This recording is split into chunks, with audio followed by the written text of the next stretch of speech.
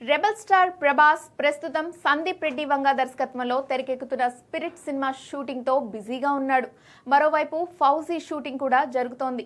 అయితే ఫౌజీలో ప్రభాస్ కు సంబంధించిన మేజర్ పార్ట్ షూటింగ్ ఆల్మోస్ట్ అయిపోవచ్చిందని టాక్.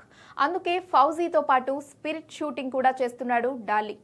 అయితే ఇప్పుడు స్పిరిట్ సెట్స్ పై ఉండగా కల్కి 2కి డేట్స్ ఇచ్చాడు. కల్కి 2898 AD వచ్చి 2 ఏళ్లవుతోంది. ఇప్పటికే దర్శకుడు Nag Ashwin pre production work complete చేశాడు. ప్రభాస్ డేట్స్ ఇవ్వడమే లేట్. సెట్స్ మీదకు వెళ్లడానికి సిద్ధంగా ఉన్నాడు. ఈ నేపథ్యంలో ఫిబ్రవరిలో కల్కి 2 షూటింగ్ మొదలు పెట్టబోతున్నారు. లేటెస్ట్ గా ఫిబ్రవరి 1st వీక్ లో అంటే 2వ తేదీ నుంచి షూటింగ్ స్టార్ట్ కానుందని సమాచారం. ప్రభాస్ దాదాపు 2 వారాలు డేట్స్ ఇచ్చినట్టుగా తెలుస్తోంది.